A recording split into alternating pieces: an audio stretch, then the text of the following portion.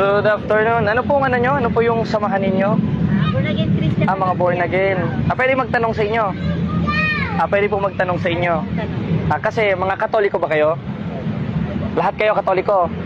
Kasi mga Katoliko ako, Catholic Faith Defender ako. Ano naman po yun? Hindi naman po religion yung tanong namin eh. Oh, alam nyo po ba ang tunay na pakahulugan ng word na religion?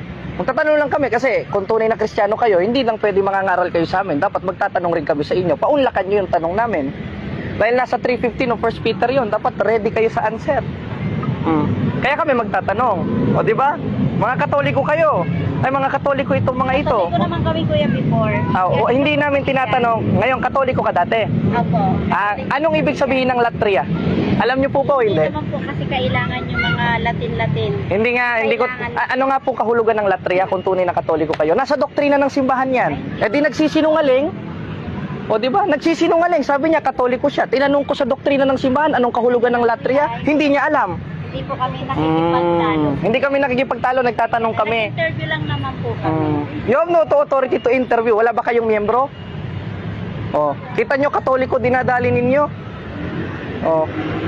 Huwag kayong makikinig pag mayroong mga ganyang nangangaral sa inyo. Dahil ang pakay niyan, gaya nga ng aral ng simbahan, isinulat sa Bible yan, sa 4:17 of Book of Galatians, na mayroong mga magmamalasakit hindi sa mabuting akala. Dahil ang ibig nila, ihiwalay kayo saan?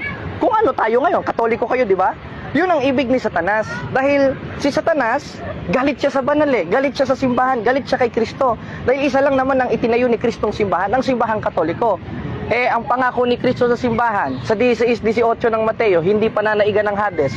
Ibig sabihin, hindi ito maitatalikod, hindi ito masisira ni Satanas. Kaya ang ginawa ni Satanas, hindi niya sinira, sisiraan niya.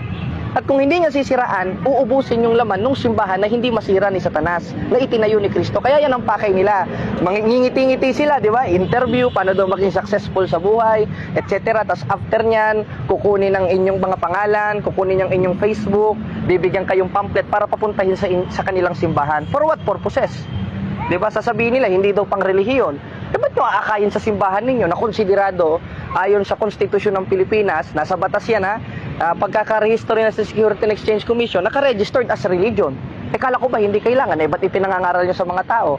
Di ba? Yan ang sinasabi ni Apostol Pablo na ipinasulat ng ating Panginoon Kristo sa 4:17 of Galatians, na meron talagang magmamalasakit hindi sa mabuting akala. Dahil ang ibig nila, ihiwalay kayo. Saan? Doon sa pananampalatayang nakagisna natin, na itinuro ng ating mga magulang, nadala ng Espanya, na galing Roma at yung galing sa Roma, galing sa Jerusalem, na ayon sa kasaysayan, yun ang simbahang Katoliko na itinayo ni Kristo. Dahil galit ang Satanas kay Kristo. Kaya lahat gagawin ni Satanas para mahiwalay tayo kay Kristo. At yan ang mga yan ang resulta. Di ba? In-interview kayo, di ba? In-interview nila ako kanina pero ipinresenta ko yung aral ng simbahan. Ewan ko kung ipapalabas nila yon. Kung talagang totoo kayo, hindi nyo na kailangan maghanap ng ibang mga tao, di ba? May mga miyembro naman kayo. Ibig sabihin, onti sila. Nagre-recruit sila ng miyembro nila. Hindi makakaporma yan, mga brothers. Huwag kayong huwag kayong maniniwala dyan. Dahil ang pakay niyan, magbait-baitan, kunin ang pangalan ninyo, ilay hands kayo, pangangaralan kayo ng peking ebanghelyo, yung tinatawag na ibang ebanghelyo o yung ibang aral na taliwas sa turo ni Kristo na ilagay niya sa simbahan. At pagkatapos nun, pray over kayo, dadaling kayo sa simbahan nila, kukunin ang Facebook ninyo, pipilitin na kayo pumunta sa kanila. Tapos pagtapos nun, maging regular member na kayo, obligado na kayong magbayad ng 10% sa kanila. Yun ang pakay ng mga yan. Kaya sila nagpaparami. Kumbaga, scam. May bayad yan. At ang matindi dyan, hindi sila tulad ng sa Iglesia ni Cristo. Kasi yan hindi pwedeng di ka mag-aabuloy, di ba, sa Iglesia ni Cristo. Sa kanila naman, halimbawa, nagkasahod ka 8,000, 10% ng 8,000 mapupunta sa kanila. Pag hindi mo binigay yung 8,000, sasabihin nila, ninanakawan mo ang Diyos. Yun ang aral nila.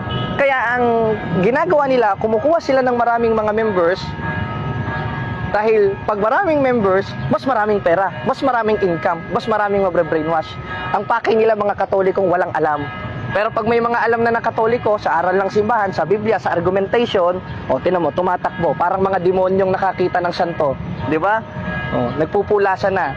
Yan ang yan. Kaya, once na makakita kayo ng mga ganyang klaseng nangangaral, umiwas na agad kayo dahil yan ang bili ng ating Panginoon Kristo.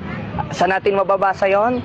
nasa 1:8 ng Galacia, dapat itakwil yung may dalang ibang aral na iba isa ipinangaral ng mga apostoles. At walang ipinangaral ng mga apostoles na accept Jesus Christ as personal Savior. Biruin mo, yung word na personal, that word is privately. Halimbawa, meron kang toothbrush. Pag sa yung toothbrush, ang ibig sabihin nun, that is your personal toothbrush. Wala nang ibang gagamit nun. Eh, ang aral nila, si Kristo, personal Savior.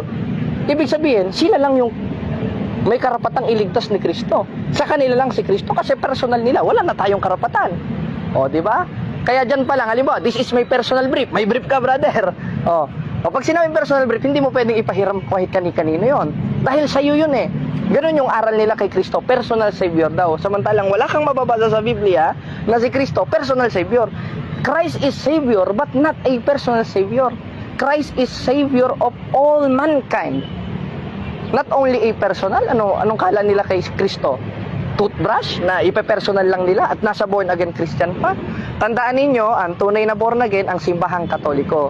Dahil ang pakahulugan ng born again ipinanganak sa tubig at spirito na nangangahulugang bautismo o binyag. Nabinyagan ba kayo? O kaya born again kayo. Dahil ang tunay na born again ang simbahang Katoliko, hindi sila. Sila yung sinasabi ni Kristo na mga peking born again, mga peking mangangaral at may daladalang peking Kristo. Saan natin mababasa? Sa 24:24 of Book of Matthew. Dahil ang ibig lang nila, ihiwalay kayo upang ipagmalasakit nyo din sila sa pamagitan ng pagbibigay ng pera sa kanila. Sayang wala akong pamphlet at rosary, bibigyan ko kayo eh. Isang grupo yan. Tingnan nyo, mapapansin nyo, puro babae. Ganyan ang tactics nila. Kailangan magagandang babae. Ewan ko kung nagagandahan kayo sa kanila. Diba? Yan ang tactics nila. Una, magagandang babae.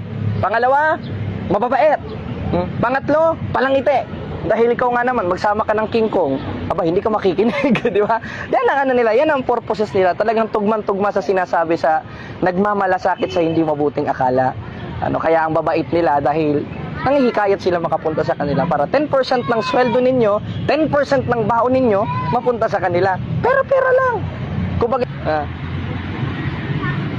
ayan, pupuntahan natin mga kapatid, yung isang grupo ng mga born again Christian na hinihikayat ng ating mga kapatid sa pananampalataya upang akayin sa kanilang simbahan at pagkakitaan. At hindi naman katakataka, yan, umalis na sila. Ayan, umalis na. Ano na, pulasan na ang mga bornagoy. Sabi ko sa inyo eh. Wala na. Pulasan na. Nagsialisan na. Bumalik kayo dito, magtatanong ako. Masama bang magtanong? Mangangaral-ngaral kayo sa aming mga Katoliko tapos hindi nyo kayang panindigan yung ipinangangaral ninyo. Lalabas yan, diretsahan yung tinatakil si Kristo niyan. Ayon sa 12:48 ng 1. Di ba? Kita nyo? Ganyang katatangayang mga yan, mga kapatid. Takbo. Isang grupo yan, ha? Pulasan. Kita nyo? At tandaan nyo, hindi ko kayo papopormahin dito.